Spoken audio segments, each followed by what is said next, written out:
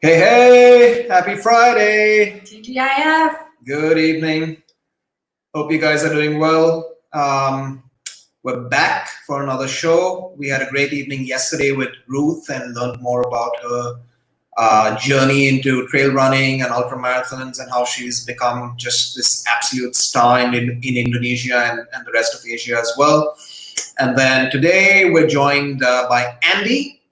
Andy is a YouTuber. I'm sure a lot of you follow his channel and watch his wacky and entertaining reviews and videos. So Andy documents racing, training, shoe reviews, and much more. But he isn't just a successful YouTuber. He's also an amazing athlete. He runs 16:58 for the 5K, 1:17 for the half, and 2:59 for the marathon. And he also runs a virtual running events business, and he lives with his wife and 2 children near the Forest of Dean in the UK. All right, I think Andy has just signed in. I can see him backstage, and it's time to bring him in. Hello, how are you both? Hey, how are you? I'm doing well, thank you very much. Doing well. Doing well. Great. How's Friday been for you?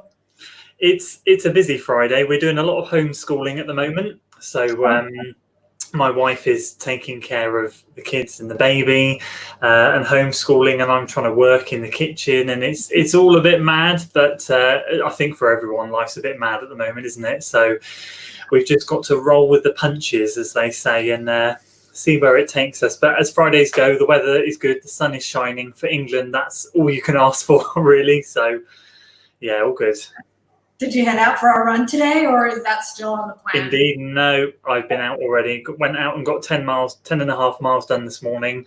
Just, I'm finding that the early mornings work well at the moment. As I said, with the homeschooling and trying to work, if I can get back and done with my run by 9:30, it just works well, because trying to get out in the middle of the day with a baby is just, it doesn't happen. It doesn't happen. It's too manic. Yeah, I'm sure you're juggling a lot of hats right now. I don't know how old is your other child. So I've got 3 actually. I've got an 11-year-old daughter and a 9-year-old daughter. Oh, sorry about that. An 2-month-old son. So it's like having 2 extra pairs of hands. To be fair, they're very, very helpful, very good. They're at that age where they like to be hands-on with him, which is good, because we can say, can you have him for 5 minutes whilst we sort dinner? Or, you know, it's made life a heck of a lot easier. That's good. You said you went on a 10-mile run this morning. Has your weekly mileage changed much since the lockdown? Are you still able to get out and get your runs in? How's that looking? Yeah, it's funny, my mileage has gone up probably about 5 to 10 miles a week. So I'm normally a 15-mile a week kind of guy. I'm running 60 at the moment. This week I'm probably going to hit 60 or close to 60 again, just because I'm finding that I haven't increased my running. I've just, because of the freedom of not having to do the school runs and things, I don't have a time limit to be back as such. Things are a bit more relaxed, so I can squeeze those extra couple of miles in on each run every day. In the beginning, it was interesting, because I don't know what it's like with you guys. We went into lockdown, but they say lockdown. I'm going to use that term loosely. We have restrictions, but our Prime Minister said basically you can go out once a day for exercise. And in the first 3 weeks, people were very, very sort of rigid with that, and there were recommendations of only going out for an hour, but there were no legislations or laws to say it was an hour. So I was going out for more than an hour, if I'm honest, probably like an hour and a quarter, and then still doing my long runs on the weekend, because I live in such an incredible place with the trails where I can just literally within half a mile be on the trails and get out and see nobody for miles. So quite lucky in that aspect. So that hasn't changed, but of course we've gone past the first 3 weeks. We're into the second 3 weeks. They extended the lockdown, and they made the fatal mistake of saying, you've all done really well. You can now drive to somewhere to exercise if the drive is not longer than the exercise, meaning you can drive 10 minutes down the road for an hour run. You can't drive 3 hours for a 10-minute walk. And consequently, what that's done is just the car parks are full, cars on the road again. It looks as if we're not in lockdown. So we'll have to see next week, after the next 3 weeks, about what they plan to do. But we'll have to see. Yeah. Interestingly, I mean, our lockdown just got extended 10 minutes ago. Okay. For another 2 weeks. So everything stays the same until the 17th. And then there's no allowance, or there's no daily allowance as such. We're just supposed to stay home. Can only get out for essentials, so groceries or supplies, medicines. Yeah. And then, we live in apartment buildings, so we have societies, and what's happening now is a lot of the societies are getting fruit and vegetable vendors into the apartment building every morning. Wow.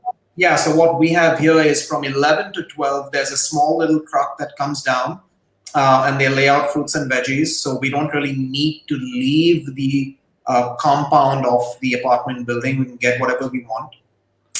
That's amazing.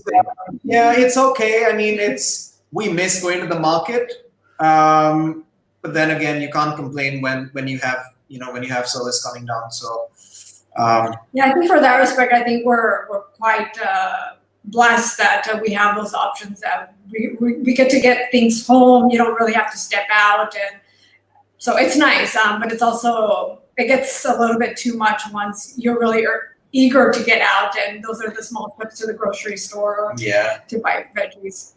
Yeah, we've got our local shops open, so I go up to the shop here. I went last night. I'm finding going late at night is a good time to go. Not many people go there, but of course the shelves are half empty.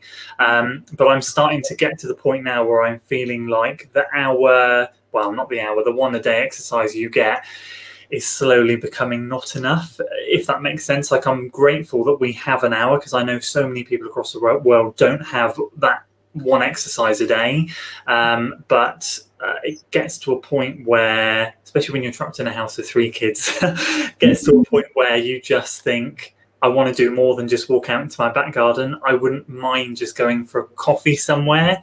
I wouldn't mind just going and walking around the park without being judged, or why are they out? Is it there? Because this is a problem. You look at people and you go, oh, they shouldn't be out, or what are they doing?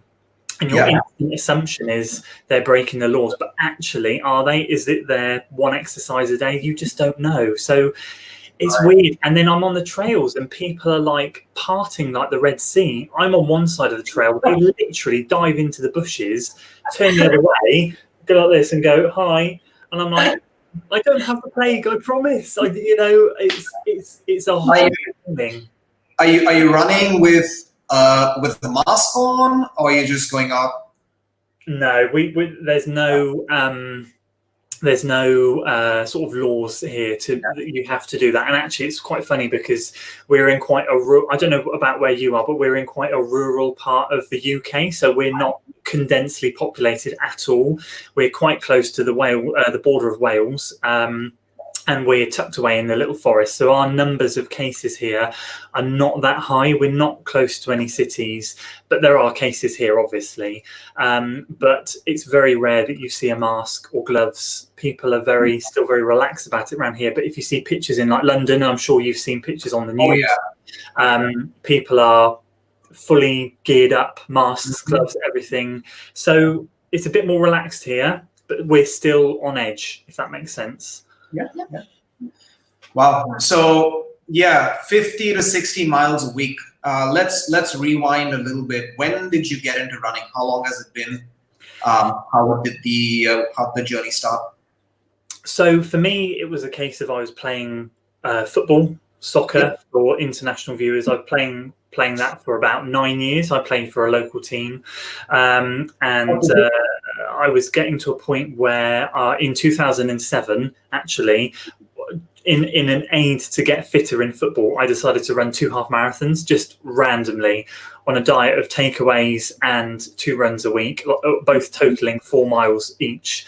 And then I decided to run 2 half marathons. That put me off running for a very long time. So that was a span of 6 months in and around football. fast forward to 2015, I hadn't run since, bar on a football pitch. And I had a couple of offers to go and play some higher level football, nothing major, but just that would require a bit of travelling, maybe a couple of hours to a match. At which point my daughters were 3 and 1. And for anyone that has 2 kids, you'll know that if you have kids in an age gap of 2 to 3 years, that age gap, that age area, 3 and 1, 4 and 2, 5 and 3, is intense. It's the hardest of, like, they're 9 and 11 now. Those are the hardest 3 years of our lives. They are demanding, they're intense. And I was working 9-hour days, Monday to Friday. And then to expect my wife to have the kids probably realistically for another 7 hours on a Saturday was just too much. Like, I couldn't do it. And I was in a bit of a rut because I'm one of these people, I like to push myself, I like to work hard, I like to have a goal, and the thought of being able to play at high level football drove me. And so when I knew sensibly I shouldn't do that, I went back to my current team and kind of felt like, this isn't pushing me anymore. I need to do something that's going to fit with my family, that's going to allow me to push myself. And I just decided on Christmas Day to stop football halfway through the season, went out for a run on Boxing Day, went out for a run on the 27th, 28th, had 3 days off, and then January the 1st, 2015, I went, right, we're going to take this seriously, and I started running. And that, as they say, is that. Yeah. What position were you playing in football? Weirdly, because I'm 6'6", so I'm very tall. So everyone says you're either a striker, like Peter Crouch, or you're a defender, a centre back. But I was a winger because out of everything, I'm really quick over the short distances. I can. The one thing that I could do in football was someone could boot the ball down the line, and I would run past everybody. It was the weirdest thing. I don't know. I was just quick, so they chucked me on the wing. Every time I played centre back or up front, never worked. But I could run down the wing, cut inside, score, whatever. It worked well. So I really enjoy it. And I think we'll probably talk about it later, but that's where my shorter distance speed, I think, comes from. I think naturally I'm a better short distance runner rather than long distance runner. Yeah, I'm working hard on my long distance runs to get better at it, if that makes sense. Yeah, so a fast winger. You're talking Sean Wright-Phillips. You're talking Aaron. Yeah, twice the height of Sean Wright-Phillips, but twice the height, but same quality, I'm sure. Yeah, interesting. And then, which were you when you say professional? Was it a Man United level? No. I was literally playing very local football, but then I got asked to play for a couple of county teams. So there are like there's Premier League, and then there's Division, then there's the Championship, Division 1, Division 2, and then you get down into what's called the Southern Conference and Northern Conference, and then below that there's what's called the Hellenic Leagues. It's a weird setup, but that's the leagues that I was being pitched in, and bearing in mind I was playing in another 10 leagues below that, so there's another fair few tiers below that. So I had this kind of like, you can come and play for us, but we might have to be travelling quite close to London, down to Bristol, bearing in mind London's 3 hours from where I am. It's not close. Up north past Birmingham, which will be another couple of hours. And as I said, as much as I saw stars in my eyes, I thought, I can't do it. I just, with the kids, I couldn't do it. Yeah. So 2015, when you decided to get into running, were you thinking, I'm going to go, pro, I'm going to get really good? Or were you thinking, this is just my daily exercise and No, I don't do things like that, sadly. I wish I had a moderation filter, but when I do something, I've got to do it, and I've got to do it to the best of my ability. So literally within a month, I went to a PT, personal trainer, and I said to them, I want to run a 1:10 half marathon by the end of this year, obviously in my first year. And they kind of looked at me and went, okay. And I had no clue. I didn't know about running. I literally would lace up some trainers, which weren't running trainers, go out the door with my little Casio stopwatch. What were you thinking? Were you feeding yourself berries from the Forest of Dean? What were you thinking? I don't know. I don't know. Considering 5 years later, my PR is 117, I've realised now how much of a stupid goal that was. But, you know, I'm just that person. I have these big aspirations, these big goals, big dreams. And you ask my wife, I have quite an obsessive personality. So when I put my mind to something, I get tunnel vision. So at the moment, working on my YouTube channel, working on my business, working on my running itself or anything else, like and obviously my family, but any extra bits and pieces, I'm not interested in. I've got to be all at one point in my day, I've got to be doing something towards one of those things. Yep. You mentioned your YouTube channel. When did that happen? That happened in I'm going to be completely honest with you. I don't know if it was the first year or the second year. I think it was the first year. I think my channel will be 5 years old it's going to be 4 or 5 years old this August. So I remember when I said I want to run a 1:10 half marathon, going away and doing a lot of research and stumbling across some YouTube videos. And I picked up on Sage Canaday, who we all know. It was an incredible athlete. And back then was putting out some great training videos. So I was trying to be a sponge and learn as much as I could. Also picked up on the Ginger Runner, on his tube reviews and some of his races. And so I became very immersed in the world of running YouTube. And I was like, gosh, I live in the most, in my opinion, spectacular landscape in the country. I'm sure other people will argue, people in the Lake District, people up in the Scottish Highlands. They've all got beautiful Welsh mountains. They've got incredible scenery. But for where I am, and I thought, I want to get an action camera. I want to show people where I run, where I train. So I just got a cheap camera for like £30. It was rubbish, but it did the job. My wife bought it for me, actually. I just went out and started filming some long runs. I didn't talk to the camera. I just filmed the scenery, and it grew from there, really. So it was a very embryotic process back then. It's obviously expanded a heck of a lot now, but back then it was to kind of showcase the Forest of Dean, really. Interesting. I'd like to know when you first ran your first half marathon, what was your timing then? Because now your PR is 117. So, if I look back at the ones in 2007 that I didn't particularly train for, if I'm honest, I ran a 1:59 and 59 seconds. Literally, I was 1 second under 2 hours. wow. And that was in the forest here. And it's very hilly around here. And I then 3 months later went and ran Cardiff Half Marathon, which was really interesting because I was watching one of your other live streams from one of your first weeks. I think I dropped a comment in the live chat. She was saying how the marathon distance in, don't quote me, was it Mumbai or somewhere like that, had gone from a few years ago being so small to being massive. Well, the Cardiff Half Marathon back then was 1,000 strong. That was it. And it was not the route that it is now. It was a completely different off-road, on pavements, but no road closures. Whereas now it's 25,000, second biggest half marathon in the UK. And I remember running Cardiff 3 months later and doing a 1:49. And someone said to me, you can take your forest time and take off 10 minutes because of the hills. And that's exactly what I did. It was the weirdest thing. It was literally 10 minutes to the dot. It was like 1:49.51 or something. But because I didn't train, it just put me right off running. So I just got rid of running out of my life for a good few years. And then my first half marathon back in 2015, training properly, was the Forest Half again. And that was a 1:44. And that was what I would class my first proper, and that was doing runs in the range of 3 to 5 miles in the week and an 8 mile long run.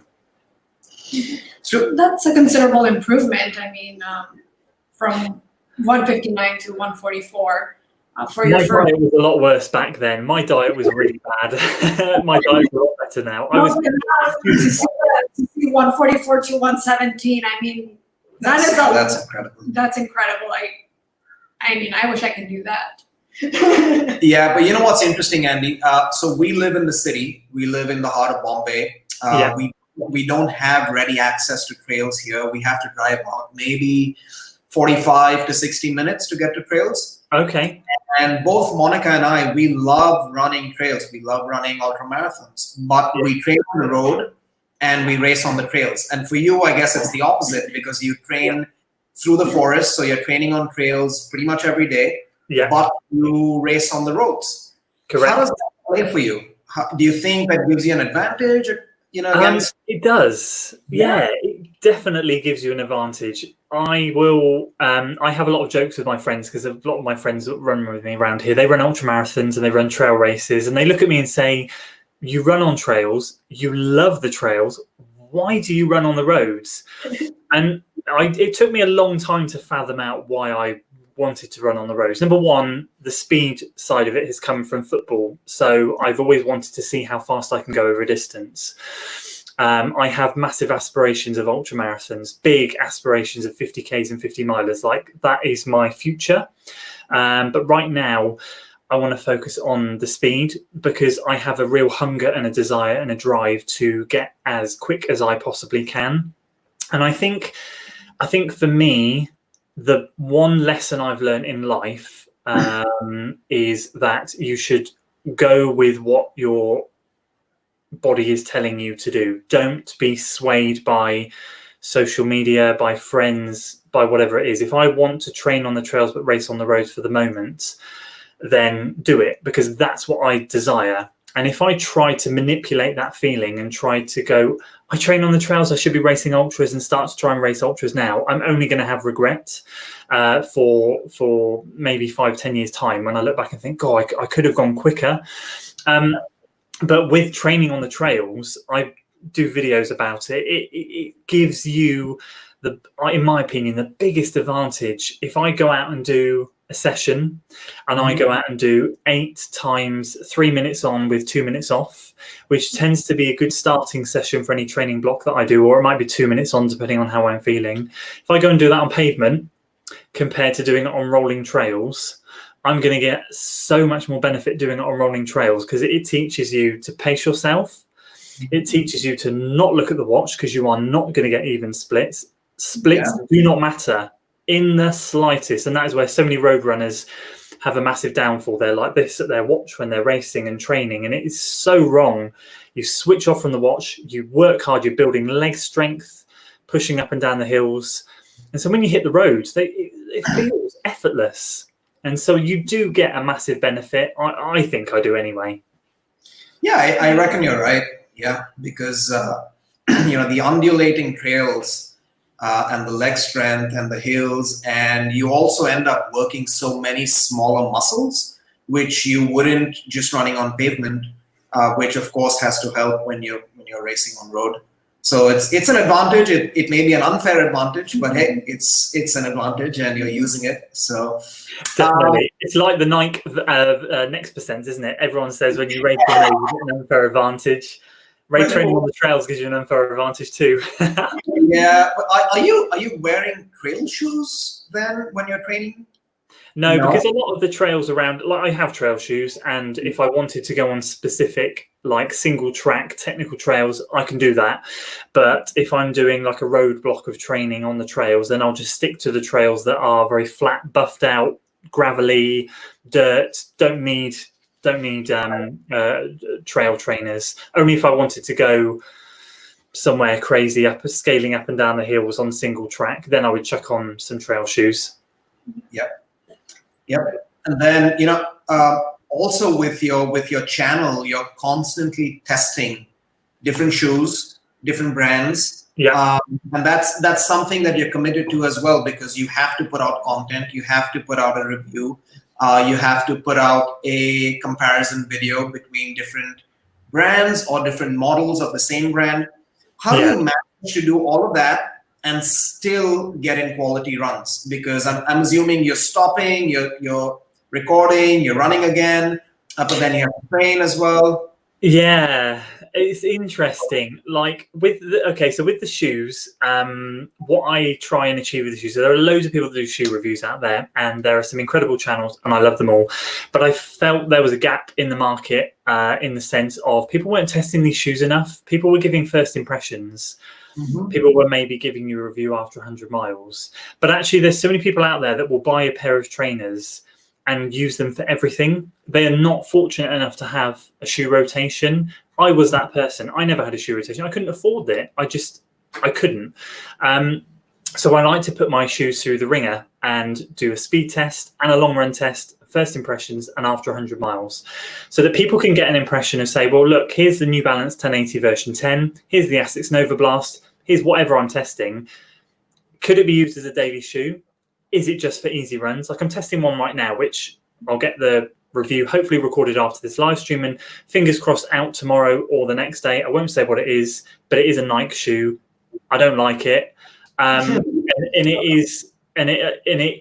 it has a specific purpose, whereas some shoes you can use for other things. So I like to try and get into that niche and be a little bit different and give people the answers that they want to know, because there's no point in giving you a first impressions video. First impressions videos are exciting because it's your first thoughts, but you know, you need to take them on a different run. So comparisons from that stem from taking a shoe in a similar category and saying, well, actually, look, I prefer this one, or this is the pros and the cons of this. And they're the best ones to make. And in terms of filming, yesterday I filmed. So what I'll do is I did a 10-mile run. First 2 miles I will dedicate to filming, get the B-roll done, get the introduction recorded, and then I will switch off and focus for the next 8 miles of that run on the shoe. I have a couple of cameras, so I can drop and leave them in places hidden so no one steals them, and I clear the memory card so that I can leave them running for however long I need to if I'm running back and forth, so I'm not having to put them down too much. So I do dedicate certain portions of the run to filming rather than taking 10 miles and going at just dropping bits and pieces in here. So I do try and be a bit clever about it. But yeah, I've got it down to a fine art now. In the beginning, I wasn't quite so clever with it. Yeah, I guess that works as well because, you know, first 2 miles you're warming up. Anyway, no, so it sounds very structured, and now you know exactly what you need to do. Yeah. So, Exactly. Now I've got the process in my head. I can do it like that. You know, when we spoke about getting you on the show, you wanted to talk about fueling for the long run. Definitely. What is a long run to you? What are your long runs like? How do they change, or how does the distance of your long run change when you're going through your cycle? It's interesting. I attribute a lot of my progression in my running to the long run. And I actually, if I'm honest with you, I did a video at the beginning of the year saying why I am making the long run my priority in my training. And the premise of that is basically to say, I love the long run. The long run is the best run of the week. When I've done my long run on a Saturday, I then think about next weekend's long run, and I will think about that long run all through the week until I'm out there on my long run. Because as far as I'm concerned, I love the sport. I want to be running as much as I can for as long as I can, and as long as my body will allow me to. So over time, I've built that long run up. And at the moment, my long runs are ranging between 18 to 20 miles. And to be quite honest with you, I have just finished 6 weeks worth of base building, nice, easy to steady miles, a couple of hill workouts in there, and my long runs, making them steady. I'm now jumping into some 10K training, shorter, sharper training, but my long runs will not change. I'm not going to shorten my long runs. It's unorthodox, it's different.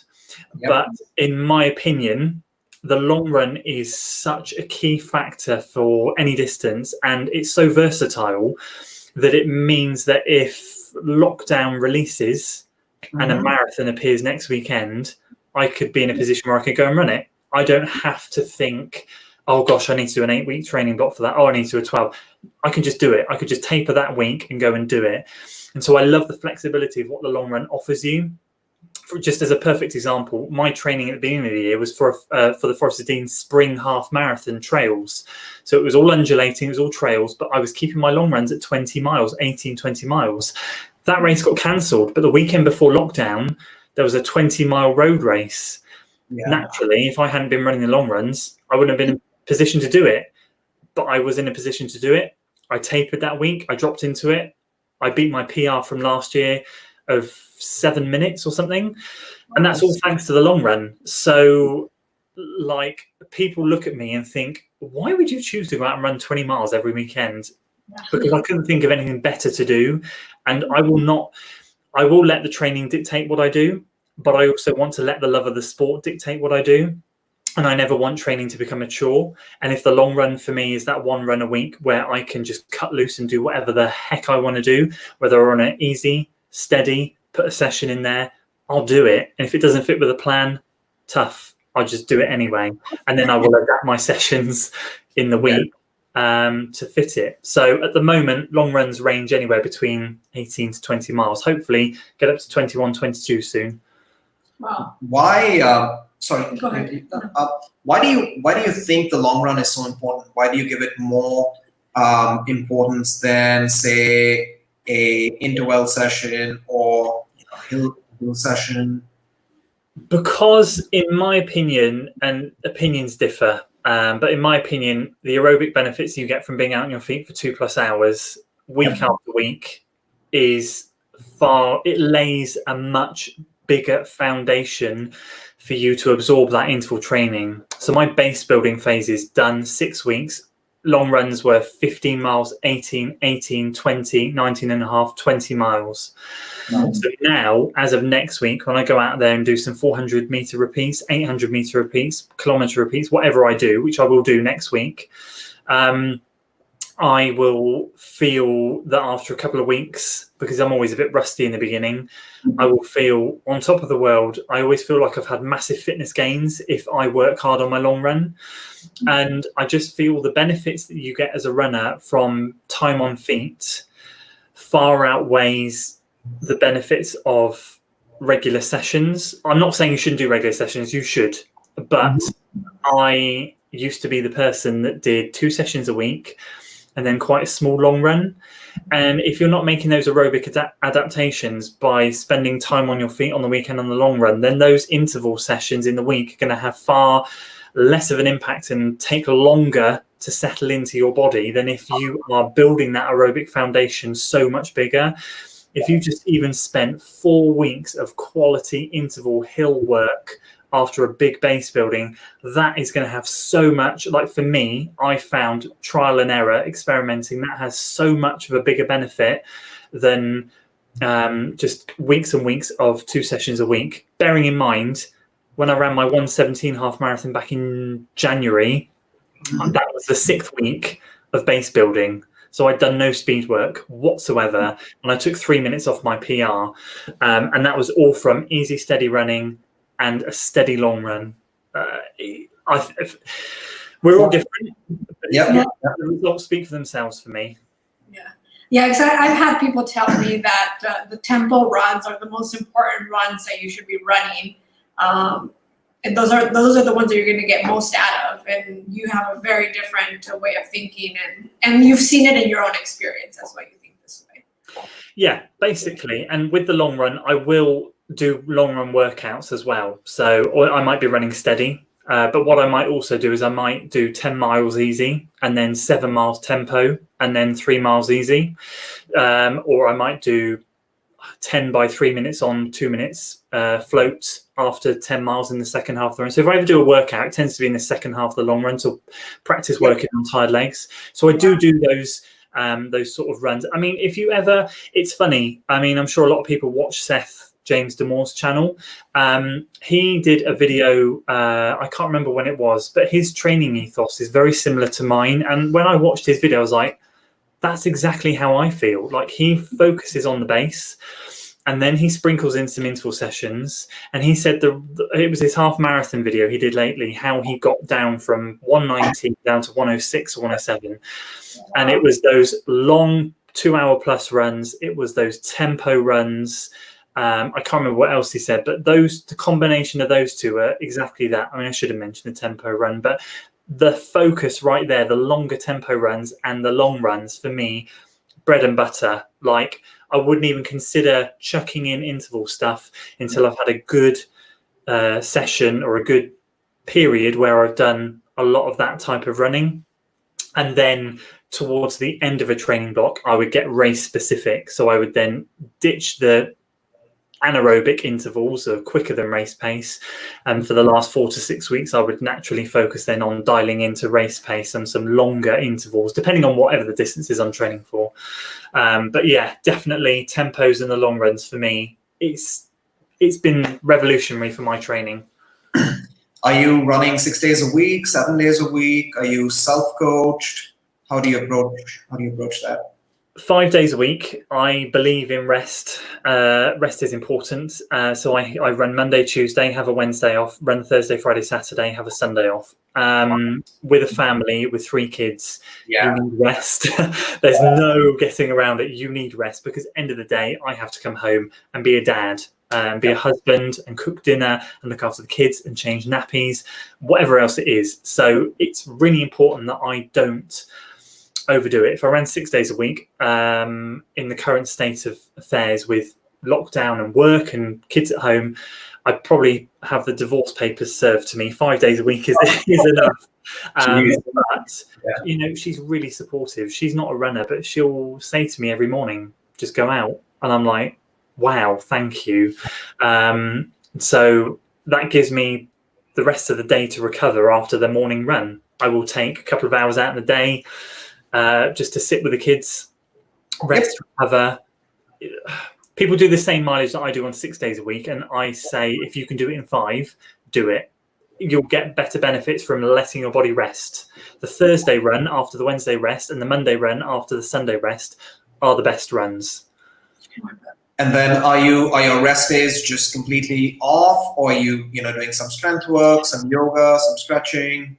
I walk a lot. So we tend to, at the moment with lockdown, we're doing a family walk that's a good 2 or 3 miles. But if I was not in lockdown, I wouldn't be doing anything, because what would normally happen is I go to the gym twice a week for strength work. Again, strength work has been revolutionary for my running. I have a real bad back. Back posture was terrible in the beginning. I can now run upright without hunching over. And it's a shame that the gym's shut. I'm doing some bits and pieces, at the moment. I haven't got the motivation to do it, if I'm being honest, but I know the gyms will open again at some point, and when they do, I'll be straight back in there. So at the moment, it's just walking pretty much. Okay. And how do you go about since the topic today was fueling the long run, how do you go about that? What is your nutrition like, not just during the run, but before and after the run? Okay, so before and after, before, depending on what time I get up, it might just be a banana. If it's a long run, I don't want anything heavy in my stomach. If I get up at some stupid hour in the morning, I might have a small bowl of porridge, very small bowl of porridge. But on the whole, I tend to just go out with a banana. That's it. And I will have that about an hour before I go out, maybe at a push, half an hour if I sleep in and think, oh my gosh, I don't want to get back at like midday, I need to get out the door, so I might just have a banana. And if I have it half an hour before a run, I will go slowly in the first few miles just to let that digest a bit, but it tends to be an hour. During the run, it's funny you should say that. So I've been using obviously your products for probably about 7 months now, maybe longer. And I used to, in the beginning, I used to use nothing. I used to run 20 miles with no water and no food. And what used to happen was I had it in my mind that it was great for training your body to use fat as a fuel, which it is, don't get me wrong. But it did tend to lead to interesting positive splits long runs quite majorly. In the last 5 miles, I would really fade. It was a struggle and it wasn't fun. So I thought to myself, why am I slogging myself into a ground, so to speak, just over the sake of a run? Why am I not fueling? Because actually all that's doing is come race day, my body's not used to fueling.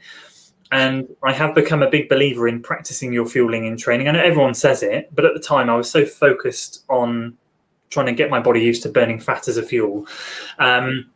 So and that does have a place. Like I will still do that now, but I won't do it week after week after week. I'll do it if I've got some easy runs planned on Monday and Tuesday, because it takes a lot out of my body and it takes a lot to refuel. And what I tend to do is if I'm going for up to 20 miles. I will take one of these every 45, 50 minutes. In a race, I'd take them every 30. Yeah. So I would end up having, if I was running a marathon and I'm trying to do a sub 3 hour marathon, I'd have 30 minutes an hour 32, 2 hour 30. That's what I've done before. But in training, I go a bit less because I'm not running the intensity. So I will probably have 2 or 3 of these on a 20-mile run, depending on how I'm feeling. Half the time it's 2, half the time it's 3. If I'm going for more than 20, which I have done, then I'll use your elite gels, just because I don't want to plow through these too much. And I'll take a couple of these out with me. And I tend to then go through, if I do I've done some 22 and 23 mile long runs, and I'll use 2 of these over that. And what I'll do with these is I'll have them around the 40 to 45 minute mark, and I'll rip it, have a bit, and I'll run with it for a couple of miles, have a bit more, run with it for a couple of miles. And I will spread this gel out over 4 to 5 miles. Wow. Then I'll have a 3 or 4 mile break, and then I'll have the other one. My body doesn't like, my stomach goes into overdrive if I overload with stuff. Yeah. So I find having little and often's great. These things I can literally straight in, no problem. But the volume that's in these, I find them great for the longer days. I don't need to take as many of these. Yeah. And then And what do you do afterwards? After your long runs? I have your recovery shake. I've actually ordered some more from X Miles, so I'm hoping for delivery over the next few days because I'm out at the moment. But I do have a recovery shake. If I don't have any recovery shakes in the house, what I tend to do is I tend to have a fruit bowl. I love a fruit bowl, and that will be like apples, bananas, oranges, strawberries, nuts, whatever fruit we've got in the house. Whatever we've got, I will have a massive fruit bowl. And then I tend to, if I'm honest with you, I tend to have, I'm not going to go too much into nutrition, but my nutrition is not great, but I will make sure I eat well straight after. And I tend to have like a wrap with peanut butter or almond butter, whatever nut butter I have in the house. And so once I've got my fruit bowl and a couple of tortilla wraps in with that under my belt, then anything goes. A couple of hours later, though. I think it's pretty similar to what we do. After a hard run, after a long run, it's always the recovery mix. And one of the things I've been doing lately is I soak oats with the recovery mix overnight. Yes, and then so good. And then we wait an hour, maybe hour and a half before we get cooked food into the system. Yeah, and I think that really helps. It really helps. So that's good. I tell you what, one of the reasons why actually now I'm running fueled with these things makes a massive difference is because if I didn't eat on my long run, I would crave sugar, donuts, anything bad, anything I could get my hands on. I would come through the front door of the house, I would grab crisps, chocolate, whatever it was, and ram it in my throat. And it was not productive for me in the slightest. When you have nutrition on your long run, you completely eradicate that feeling of getting home and wanting to eat the kitchen cupboard. I don't feel that anymore anyway, because the nutrition, having the gels, makes me eat more sensibly when I get home. I'm not in a rush to eat. Obviously, I eat very quickly after, but light, very digestible foods. I don't feel the need to eat all the sweet stuff. I just don't, and it makes a massive difference. That was probably one of the biggest differences I noticed just from starting to fuel on a run. So if anyone suffers with that, because I know loads of people do, they look at their Garmin and go, oh gosh, I've burnt 3,000 calories. Like my long runs, I'll burn 3,000 calories according to my watch or my app. Yeah. So in my head, I go, oh, I can eat 2,500 calories today plus 3,000 calories. Happy days. What shall we eat? And I think a lot of people think like that. So it's about trying to get good food in that's volume rather than loads of, oh, I've got loads of calories to fill. What's really high in calories that might not be the best for me? So that helps a lot, fueling on the long run. Yeah, no, it's certainly very important to eat on the long run because one, you don't finish on empty. which is really important. You don't, otherwise you finish in a deficit. And once you're in a deficit, it's a downward spiral. You're just putting food into your system, not necessarily the most nutritious food. And then you end up getting regrets. Oh, I shouldn't have eaten that. I feel like this. So that's one reason. Another reason is a lot of the times when you're running over 90 minutes, when you're running maybe more than 2 hours, if you're not eating enough, it could negatively impact your run. So a lot of people who go out on a 25K or a 30K, they get tired at 18, 19, and they're like, oh, I have another 10K left, but I just don't have the energy. I just don't have it in my legs today. I'll make it up tomorrow. Tomorrow never comes. It never comes. No. So you want to push through. If you have your long run on Saturday and you're out on the road and you've already done 18 or 19, you have another 10K left, get in a gel, get the 10K done, and that's it. You're done with your weekly mileage. You don't have to make it up on a rest day. And that's one of the things we see a lot in people. You know, they write in saying, hey, yeah, I've been doing these runs, but, you know, I can't make it through the last 10K of my run. Like, what have you been eating? Nothing, just water. It doesn't work. And I think that's something Andy shared, that he was facing that issue where he was slowing down towards the end of his runs. And really bad. Yeah, and it also gives you good practice because, you know, if you're running a race, you are running a 21 or a 42. So practicing nutrition in your long run and understanding what am I going to get out of a regular gel? What am I going to get from an elite gel? What am I going to get from a combination of this and that? The only way to know is if you practice it in your long runs, especially if you have a session in that long run. Like you said, you know, 10 miles easy and then boom, you're off. So yeah, I couldn't do those sessions if I didn't fuel. And I think that's a really strong point to hammer home. Like the long run is really kind of where people like to chill out and run nice and slow and get the distance and get the time on feet. And I do that sometimes. But my focus on the long run lately, maybe in the more so 18 months, has been a lot more on making the long run a session in itself, whether that's just running easy, whether that's just running steady for the whole thing, whether that's trying to negative split it, whether that's putting a session in. When you're trying to get serious about your running, I think you do have to look at the long run as a session rather than, oh, I can go out there today and just do whatever I want, because I used to feel quite sluggish if I did that. My form was sloppy. I find if I run too slow, my form is just all over the shop. It's useless. And so if I do a steady long run, I'm always thinking to myself, back up, neck up, knees up, cadence, quick feet. And I repeat these mantras in my head. Every mile, I'll do every half mile, I'll check. Am I starting to slouch? Have I just gone up a hill? How's my posture? Or correct it. If I hadn't fueled, those thoughts would not be going through my head. The thoughts that would be going through my head is, my word, where's home? I need to eat. You don't think about those things. And fueling, I can't hammer home enough. If you want to be serious about your running and you really want to improve your times, the long run is the place to do it. And you've got to fuel it right. Yeah, if there's nothing in your stomach, if there's no fuel, your brain just shuts down. And that's the worst position to be in, especially on a long run. Definitely. I have a long session tomorrow. I have 10 minutes on, I think 4 times across a 25K tomorrow. So that's a long run. That's a good one.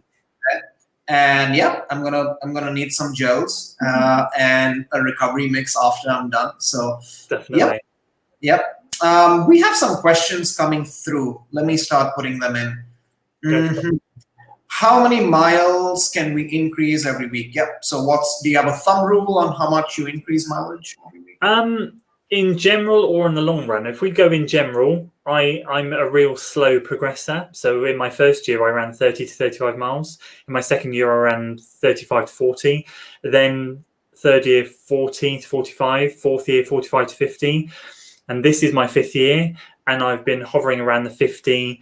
I'm up to 60 now. But when lockdown ends, that will probably go down when I'm tied to school run times and things. So I will aim to hover around the 50, but I just take my time with it. At the end of the day, with running, you need to have patience. You need to be calm. You need to understand that it's a long road. These things don't happen overnight. What happens is consistency. And if consistency happens in your running, then you will fly. Literally, you will fly. Consistency is everything over high mileage. If your consistency, think of it this way. This is the analogy that I like to use. I'm running the times I'm running at, and I see friends and people on Strava that are running 80, 90 miles a week, running the times that I'm running. Think of it like squeezing a lemon. You cut a lemon in half, you've got the lemon, you squeeze all of that juice out, and you do not move on to that second half of the lemon until every ounce of juice is out of that first half. That represents you making the most of your 60 miles a week training. Or as opposed to the person that's running 80, 90 miles a week, where they could do a half squeeze, leave some juice in there because they're not reaching their full potential with their 60 miles, and think, I'm going to run longer miles because running longer miles makes me a quicker and better and stronger athlete. So I'll start squeezing this side. And what they've done is they've left the tank half empty over here, half full, sorry, not getting their potential out. So I try and think of it, it's a really weird analogy, but that's what I have in my head. I think of it as get the most out of your mileage, stick at that mileage for a while, work in some sessions, see how much you can progress. When you feel like you've plateaued, jump up another 5 miles and do it that way. In terms of long runs, it's taken me 5 years to get to the point where I feel comfortable running 20 miles. Again, don't rush it. If your long run is 10 miles, go to 11, stick at 11. When you're at 11, go to 12. When you're at 12 and you've done a 2 mile jump, go back to 10 and make 10 a session. Make sure you can run 10 as a good session, because then when you go back to running 12, it will feel easy. Nice and slow 12 miles, then go to 13, then 14, then jump back to 12 and do a session in 12. Then you get the drift. Just gently progress. Yeah, sage advice, Andy. Very profound. Okay, are you training with the Phil Maffetone method? Do you do math training at all? No, I don't really. I would say that the majority of my runs in my base building phase that I've just done, every single run would have been at or under my Maffetone heart rate. So my Maffetone heart rate is 147. I don't heart rate train, but I used to heart rate train. So I know, I haven't done it for about a year, but I know where my heart rate was a year ago and what my easy pace was. And so my heart rate, it was 147, I think it was, give or take. I think you can say give or take 5 beats a minute, depending on how fit you are. So none of my steady long runs were over that heart rate, unless I was going up a hill. And all of my easy and steady miles in the week were well under that heart rate. The only times that they would have been over was on some of the hill sessions I did. So in the base building phase, yeah, I probably was under that heart rate. And on my easier and steady runs, I will always keep it under MAF heart rate, but I don't do it intentionally, if that makes sense. I don't follow his training plan because I'm quite a firm believer in, as I said, once you've got the base built and you've got some good long tempo runs in you and some good long runs, you need to start doing some interval work to get quicker. That's kind of how I foresee my 10K training time has got, and my 5K has got to where it's got to, because I've done anaerobic work and a fair bit of it. Yeah. Here's a question on posture. How do you ensure good posture at the later part of a race, speaking in terms of running an ultra? So I haven't run an ultra, but I have run trail marathons, and they are 10 times harder than a road marathon. They are way harder. And I basically, gym work, strength work is the only way. And for me, being 6'6", I'm very tall, so I have this susceptibility where I hunch over, my back draws in, my neck juts out. I look like the hunchback of Notre Dame. I haven't done that for a good couple of years because I feel like I'm building my back strength up. But actually, it's not just the back strength. Hips are key to everything. Like, if you work from your hip and your core, then work out, that's the best thing you can do. So I'll do glute bridges, I'll do hip raises, I don't know the full terminology for them, but maybe I'll put some weights on my hips and then do glute bridges to really work the hips. I'll do kettlebell swings, where the kettlebell goes under through my legs, and then I'll swing it up through. And when you're swinging it up through, you've got to thrust your hips forward activating all those hips and doing lots of hip stretches. If you're like me, you sit at a desk all day, you've got to stretch your hips. I stretch every day. That's one thing I do, is I stretch every day. I might not be good at a lot of things, but I stretch a lot. So definitely strength work, working from the hips up. And if you suffer with your back, getting some upper back work done as well. So you must be very flexible since you stretch. I try to, but I don't think I am. My kids put me to shame, but I stretch every day. I do my best. I do the hip stretches. My hips are very flexible. Videos of you on your channel next. I did a stretching video about 2 or 3 years ago, and it got some good interest, but I've never done one since because I've never found the right location to do it. I've only got my office or my lounge, and both of them are really not the best place to do it. I can't film in the gym because they don't allow filming in the gym. So I will have to get out on the trails and just take a mat out there and do some filming. I should do a stretching routine one though. Yeah, he wants to know a little bit about math training. I think math training is basically, I mean, I don't know the ins and outs of it, but the majority of your runs needs to be, I don't know how you work out your, I can't remember how you work out what your math heart rate is. You can go online, you can put in your 180 minus your age, and then take 10 if you've been injured or not. That's it. That's it. So 180, I'm 33. So 147, is that right? Yeah, 147 is my math heart rate. And the goal is that the majority of runs need to stay at 147 and below. So whatever your age is, you've got to keep all of it. And the aim is kind of what I've been saying about, which is focusing on the long run, all that aerobic base building, building the base. For me, math training is like laying the most amazing foundations for the Taj Mahal and then building a little semi-detached terrace house on the top of it. So you've got the massive foundations ready for this incredible structure, which is you and your running. But then without the speed training on the top, you're not capitalizing on, how do I say it, on the best that you could be. So if you're looking to go fast, you really do want to think about incorporating some interval stuff on there. If you're looking to just run ultras and stuff and tick over at a nice steady pace, then math training might be the thing for you. But for me, with the focus of speed, it just doesn't work. Yeah. James wants to know, where is Andy most looking forward to running once the lockdown's over? That is James, who I run with. I'm most looking forward to running with James. And I'm most looking forward to going back up to the Malvern Hills. There's a set of hills about 45 minutes away. It's actually my channel trailer, my YouTube channel trailer video. I went up with James and Lee, who I run with, and it is just stunning. We did like 15 miles. And over the 15 miles, we did like 4,500 foot or 5,000. I can't remember what it was of elevation. It's just permanently like this. And it is breathtaking. We got up there for sunrise. I can't wait. Okay, nice. I think he touched upon cross training. Yeah, I think we spoke a little bit about cross training. Yeah, gym work's good. Cycling is good as well. I don't do anything else, if I'm honest.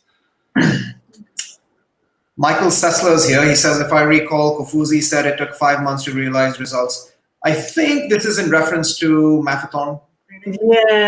Yeah.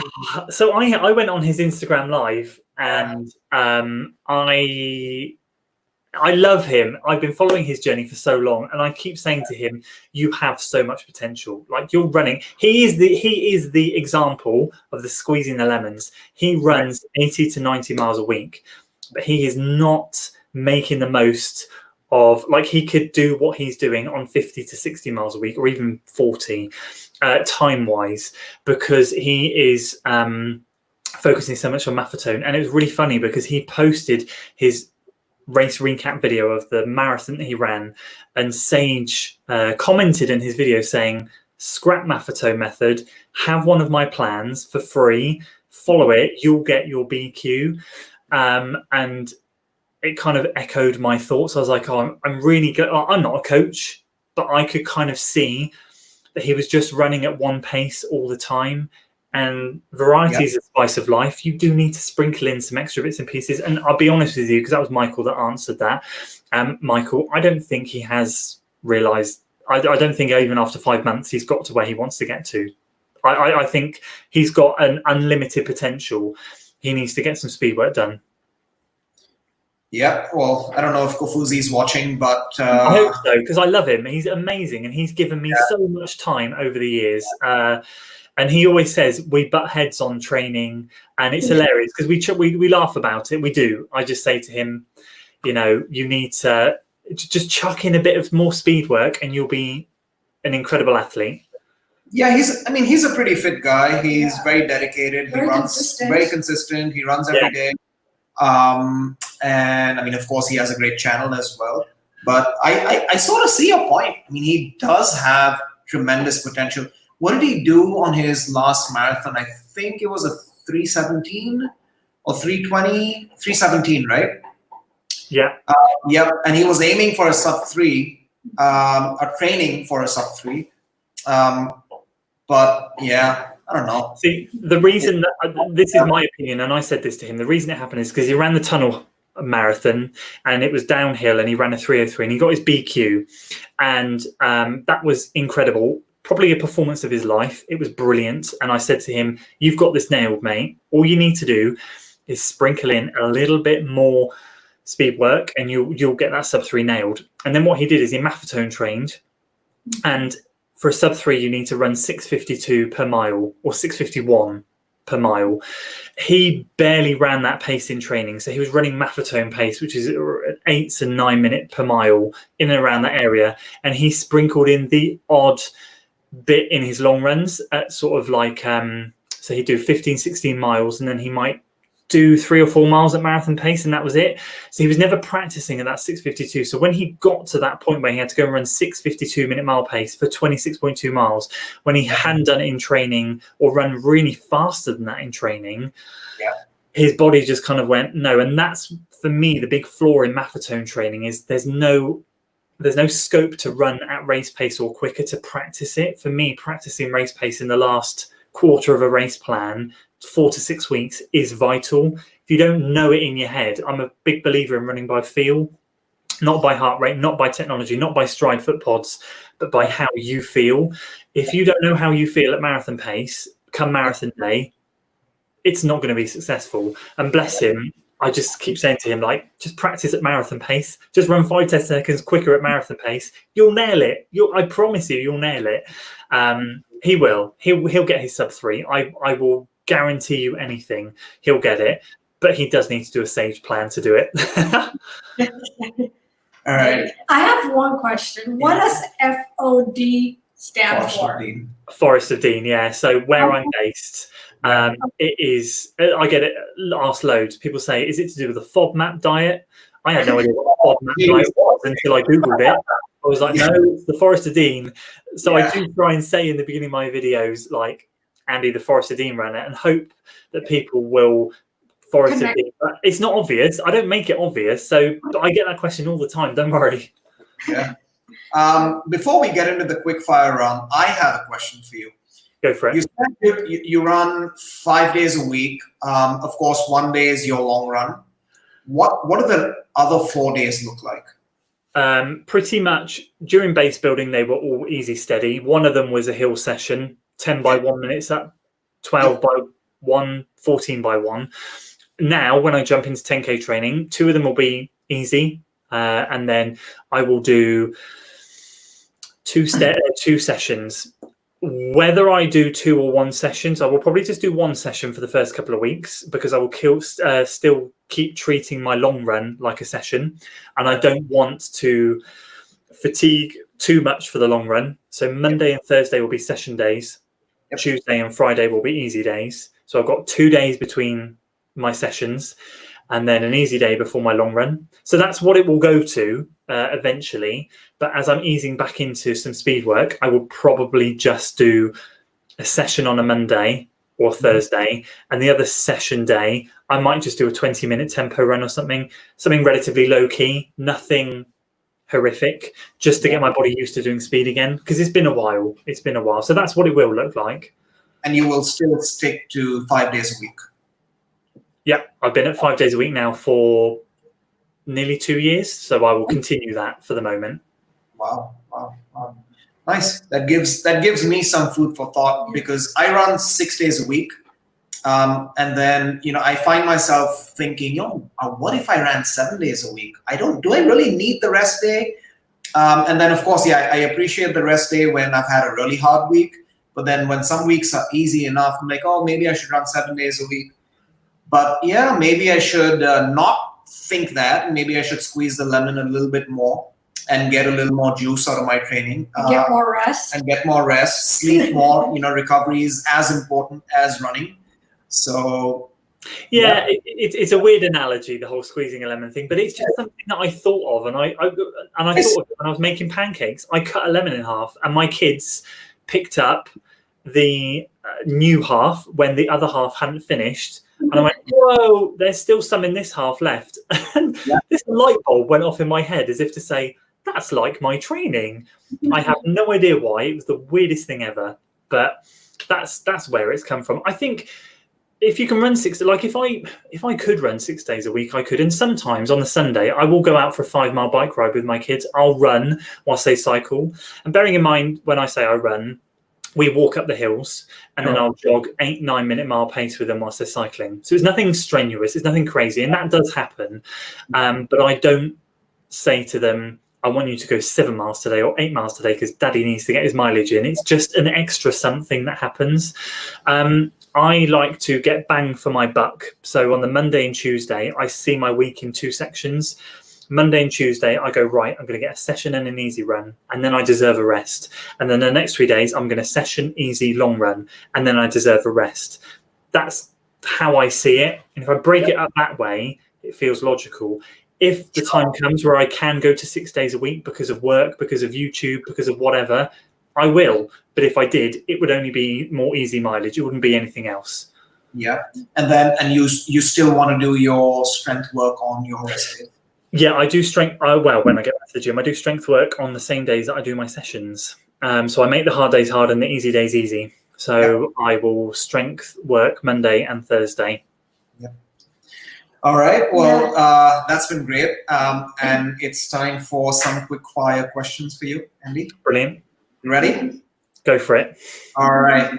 Beacon 2 or the Rincon? Rincon.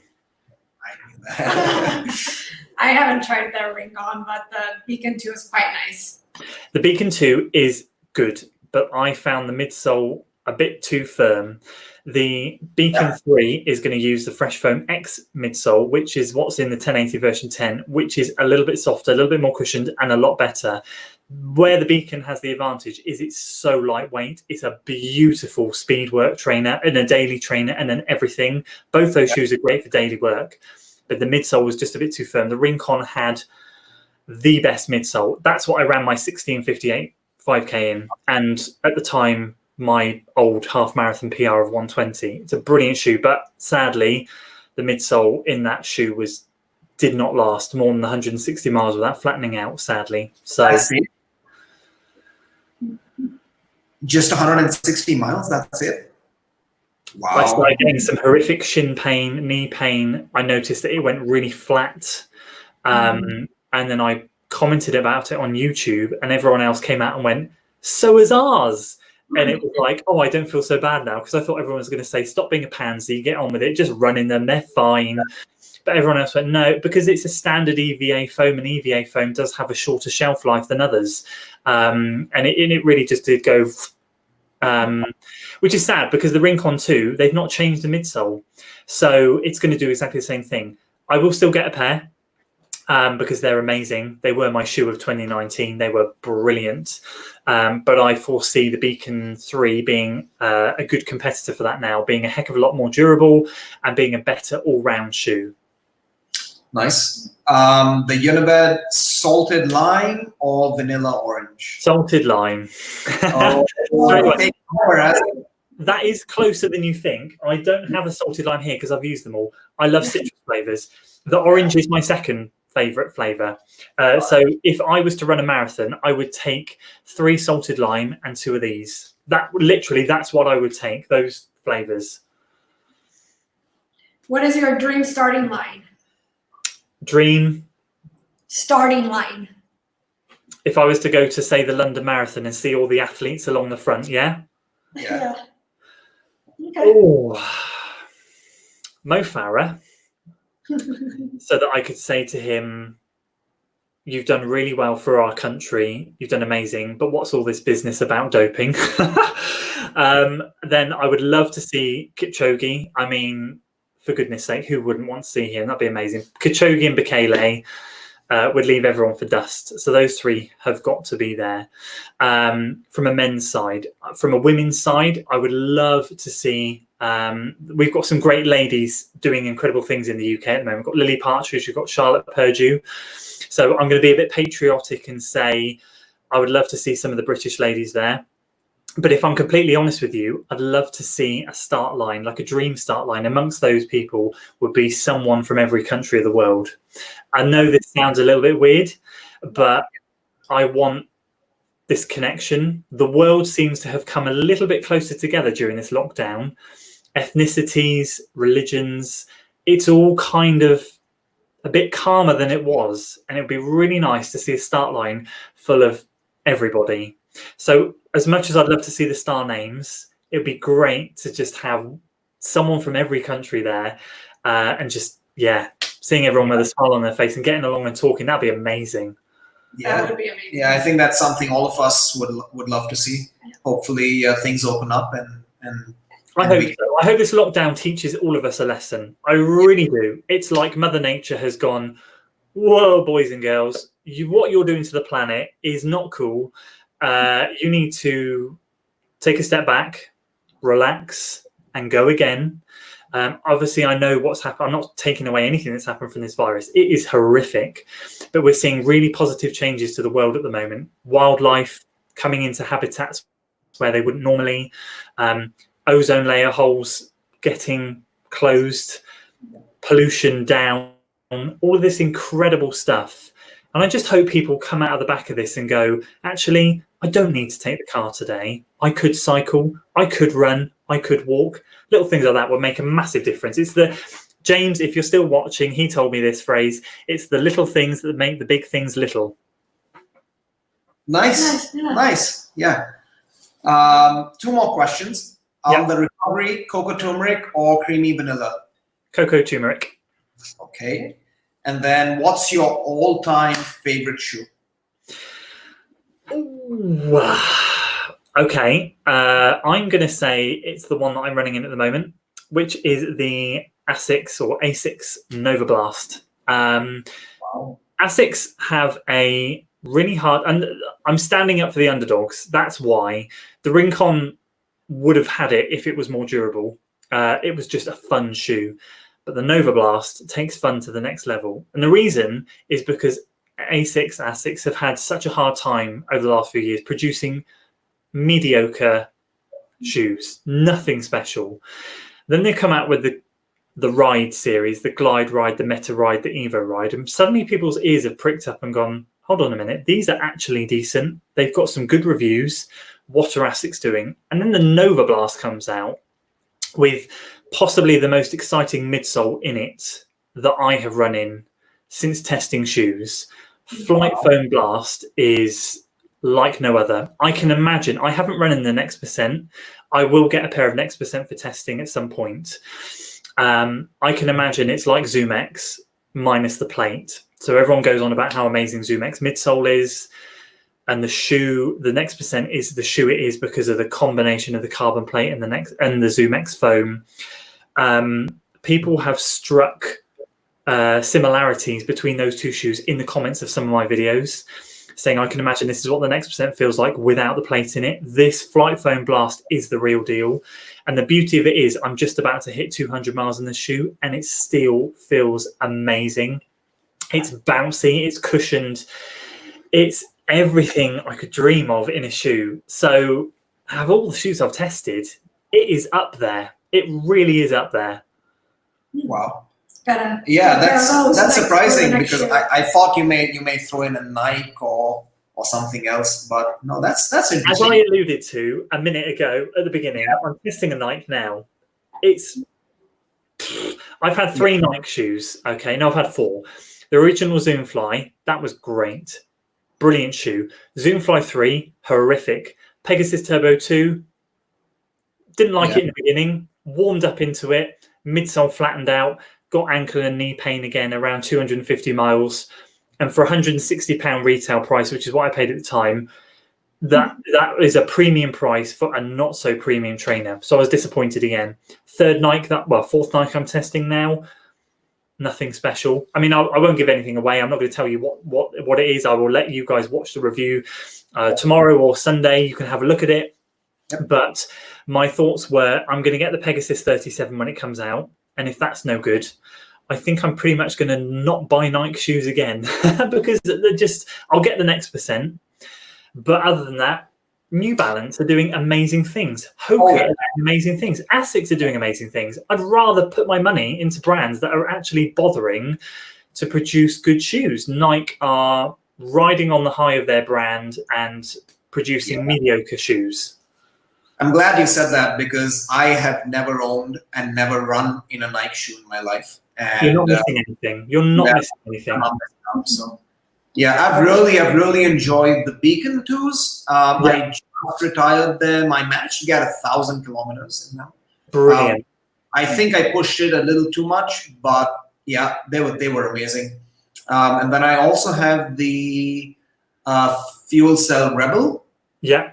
Which is another beautiful shoe. I also use the 1500s as a daily trainer. Those are great. So, New Balance certainly doing good work. Yeah, they are. They're, at the moment, as far as I'm concerned, they're brand of the year. The TC, the Fuel Cell TC, £180. It's expensive, but oh boy, it is like for my long runs. 20 miles feels easy. Feels bliss, and my legs do not feel beaten up. That Fuel Cell midsole, if you ever get to try, well, you're in the Rebel, so you are trying Fuel Cell midsole. But if you ever get to try, there's going to be one coming out called the Prism, which is more of a daily trainer, long run daily trainer, bit cheaper than the other, the TC. And then the RC is going to come out, which is for the racing. And I'm going to get all of them. I'm going to get them all because it's a midsole that works for me. New Balance are doing amazing things, and I am so happy that other brands are producing better products than Nike. Well, it's been a pleasure speaking with you, Andy. Yeah. Thank you for sharing all your wisdom, your recommendation, your suggestions, everything.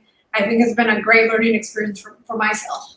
Yeah, I think it's been a great chat. I think people who've tuned in live and others who will watch this later will learn a lot about periodization, about training, and a great analogy about squeezing the lime and getting every single bit out.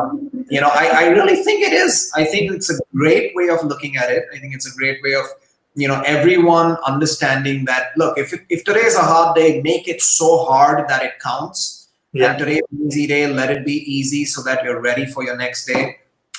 Give rest the importance that it deserves and that it needs. And, you know, you may just improve and get to be so much more of a better runner than you could on a 6-day week. So very well said. Thank you. Those who want to learn more about you and watch more of your amazing videos, do you want to leave us with, you know, where they can catch all of that?